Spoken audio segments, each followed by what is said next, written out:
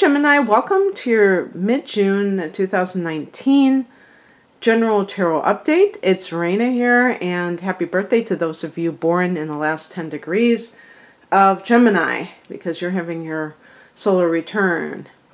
Now, I'm starting over again because I was looking on the ground and I saw one of these cards and I thought I had dropped it, but it turned out that it was one of those, you know, those cards that kind of tells you what the deck is, but they have the same back.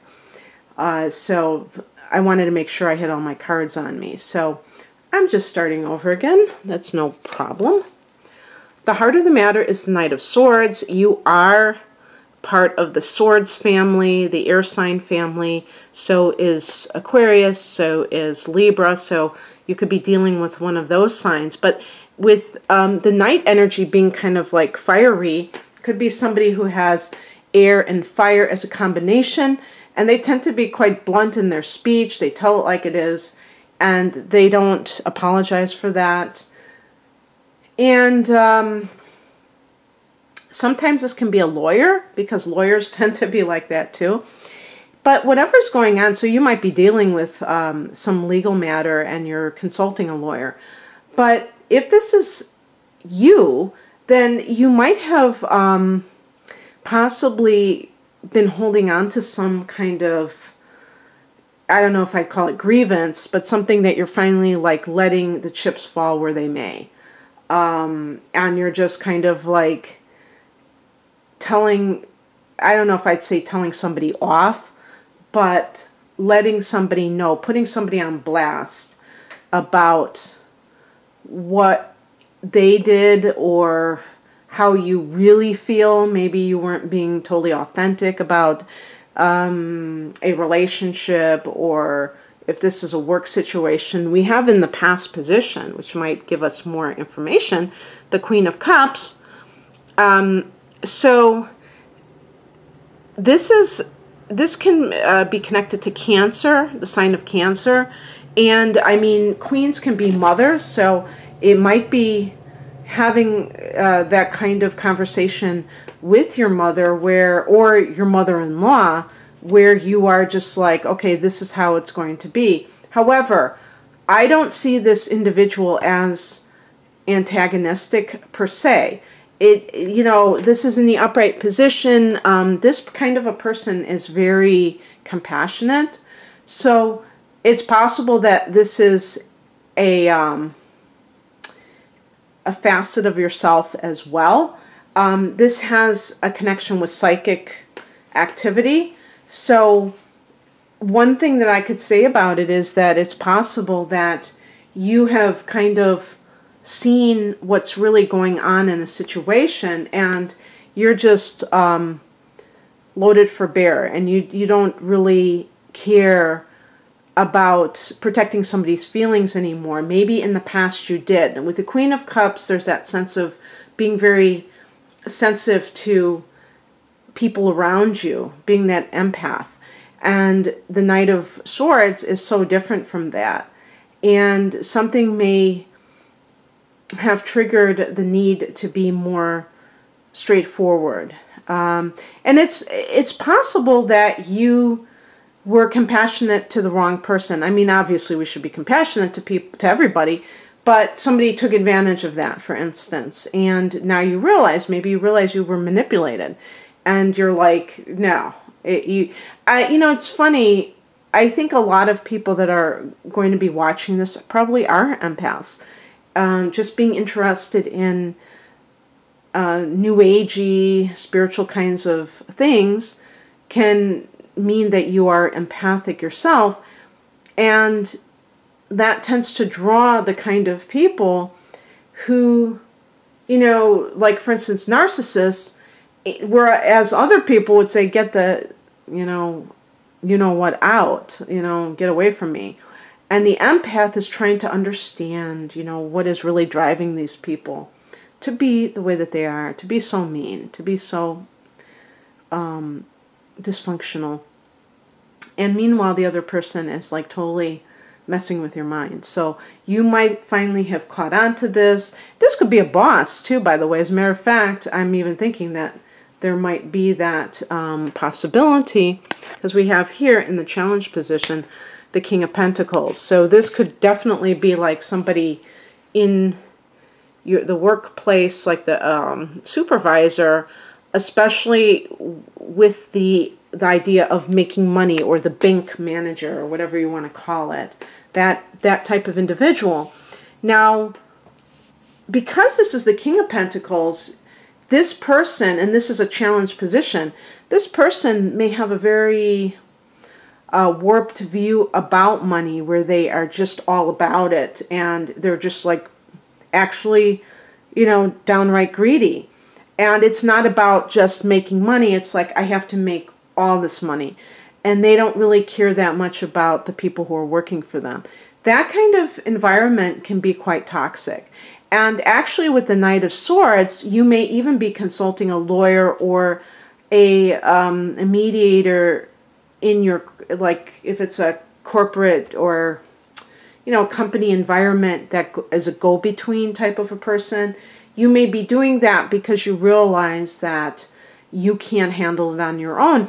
And you may even think that this person wants you to quit. Like they may be trying to do things to get you to quit. And you know that if you quit, you won't get unemployment and the whole schmear, you know. So you don't want to do that. You don't want to play their game, in other words. So it's kind of one of those situations where you may feel this sense of like outrage, even because you feel like, hey, you know, I'm trying to make a living here. I don't need this aggravation. I don't need somebody telling me that I'm not producing enough, when they are just completely greedy. It's never enough and they always want more. You know, that kind of scenario. The higher message is the Two of Wands, and this is, I think this is a card of like saying maybe it's time to go. And this is, you know, this is Wands fire energy. It's a 2, so there may be a decision. You notice how the Roman numeral 2 is like your sign, your symbol, Gemini. So the point is that with fire energy, we're talking about passion.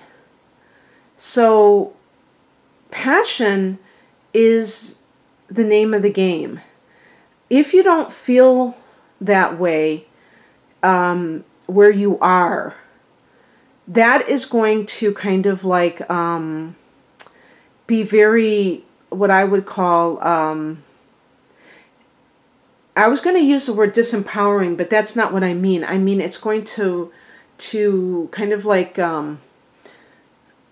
drain your energy, all right? And even if you can legally challenge this type of an individual, you may find out that it's not worth it, because you'll see that really what you're looking for is something that you can't force upon the business itself. So if you're dealing with this type of individual, even if you can get them to stop harassing you, or maybe you were kept from a promotion because they used that as an excuse and you feel like that was totally prejudiced because they let somebody else in that didn't have the same you know, the seniority or what have you, and you feel like it was just playing favorites or just whatever, and they use that as a reason. I do feel like this person is, you know, they're set in their ways, and if they're the king, chances are they've been in this, deeply entrenched in this lifestyle and this mentality for a long time. King of Pentacles, I mean, the person could even be like a Taurus, like an earth sign individual, and they just see the world from a very limited perspective, a 3D perspective. They can't see that when you're serving others, it's an energy exchange, and it's, yes, money is energy, is currency. That's what they call it, currency. But it's not the only thing, and that life is not all about money. Not to say that it's not anything about it, because we do use it as a form of, like a unit of energy, and it does serve a purpose in our world, and we should not shun it, but it's not the end-all be-all. And so this is one of the reasons why I always say, if you're in a situation that's untenable, that you make your own moves. Don't try to change others, or even to try to stay where you are, especially if you are a Gemini with prominent Taurus inner planets. You know, the inner planets, well, if they are inner, they're going to be prominent, or even like a moon sign that is Gemini or Cancer, where you're kind of like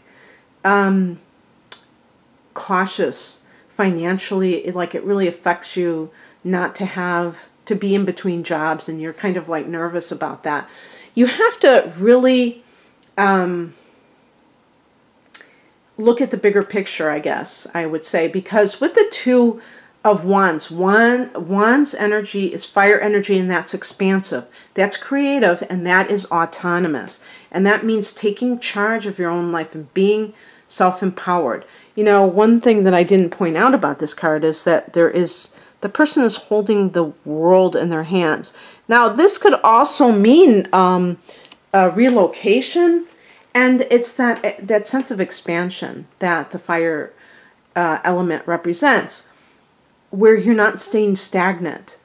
And I feel like sometimes when you find these, when maybe you were working at this place and it was okay, and maybe they had a change of management or something, and then it went downhill. And when that happens, the typical response of a person who is very like afraid of change and things like that is like trying to hold on to the status quo, when in fact the first thing you should probably do is go, whoa, I wonder if the universe is asking me to kind of go off into a different direction, shift course, and really engage it on that level, and not just get into the survival mode where you kind of double down and cling to it. You know what I mean? So I just want you to think of it in that sense. The advice, or what's coming in, is represented by the Nine of Wands. Now, in this particular deck, the Rider-Waite deck, illustrated by Pamela Coleman Smith, she has this man who is looking very, in a very suspicious manner, and kind of like you can see him clutching at that wand, and almost like in this defensive posture.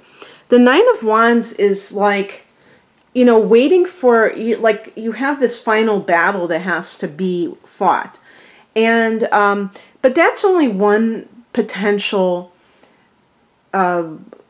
analysis, interpretation. It can also be just like this idea of boundaries, where you have a line in the sand that somebody else cannot cross.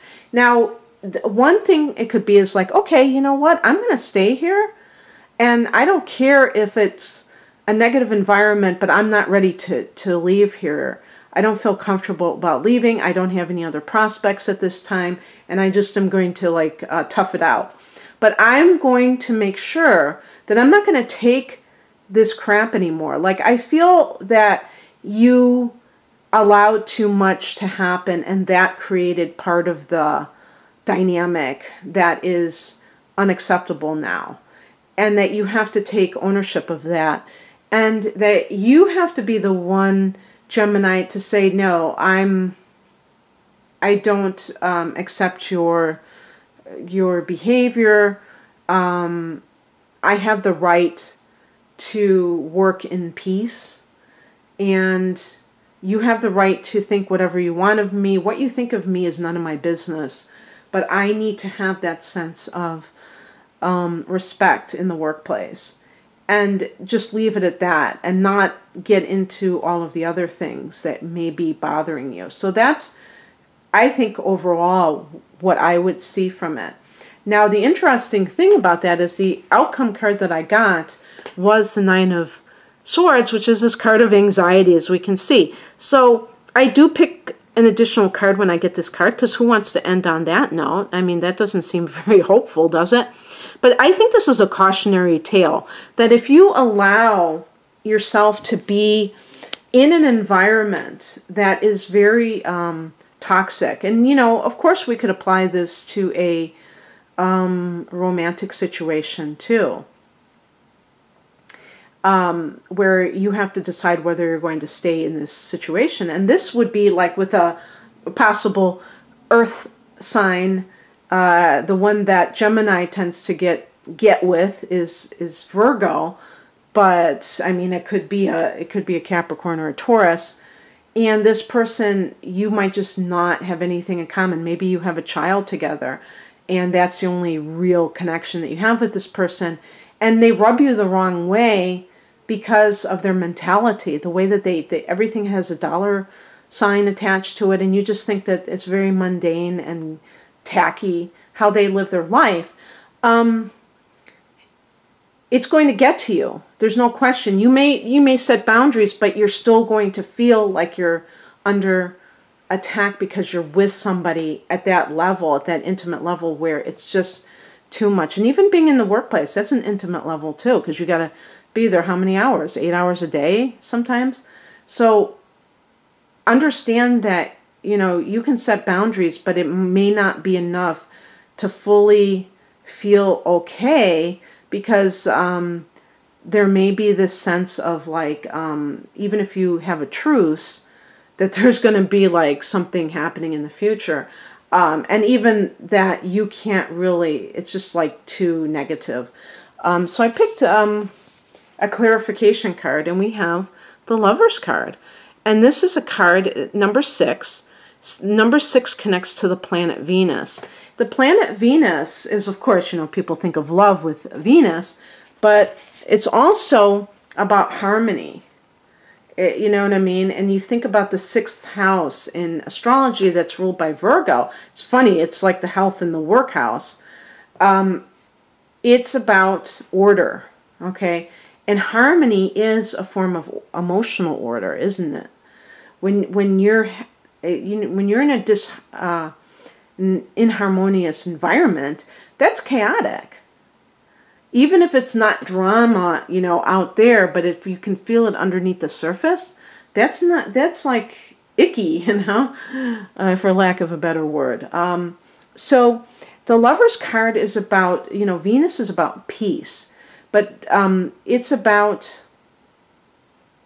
in a personal relationship, it's about love, true love.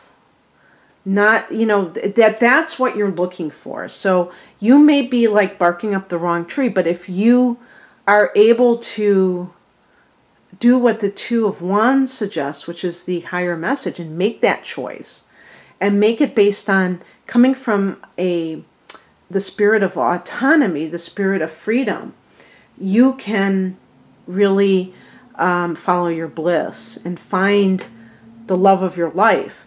Okay, the person who is meant to be your soulmate, you know. And the other thing is that you may go into business with somebody, and who knows, maybe it's even from your work environment. And, you know, Gemini is, they say they're the twins, okay? Actually, this card connects to Gemini, from, you know, what I've heard from other people. So perhaps this is also saying that you can find yourself again if you make that choice. And if you choose to do something that is going to bring you closer to authenticity, then you find yourself and everything starts to flow. I was actually thinking about this earlier today because there are a lot of people, especially if you are somebody who is has an online business, and if you have a YouTube channel, everyone has an opinion about what you're doing. And some people think, you know, you're great, and some people think that you suck, and that's just how it is. There's no getting around that. And you have to express yourself in an authentic way. So whatever it is that you're about, whatever kind of company you work for, or business that you own yourself, you can't please everyone.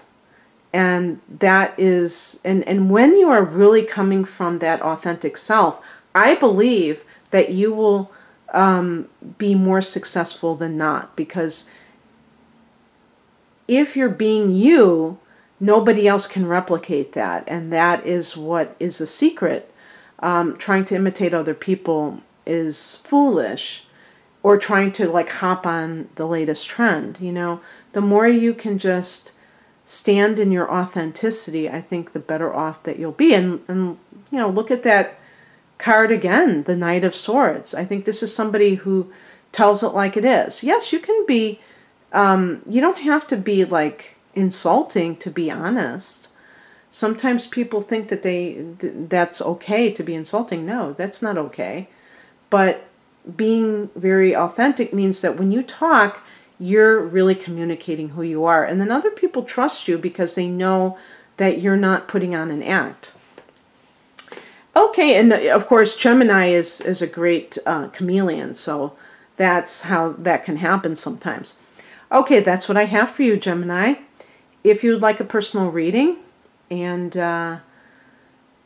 natal chart interpretation for your next 12 months, you get a discount, 22% off. I have a coupon code. I can't remember what it is.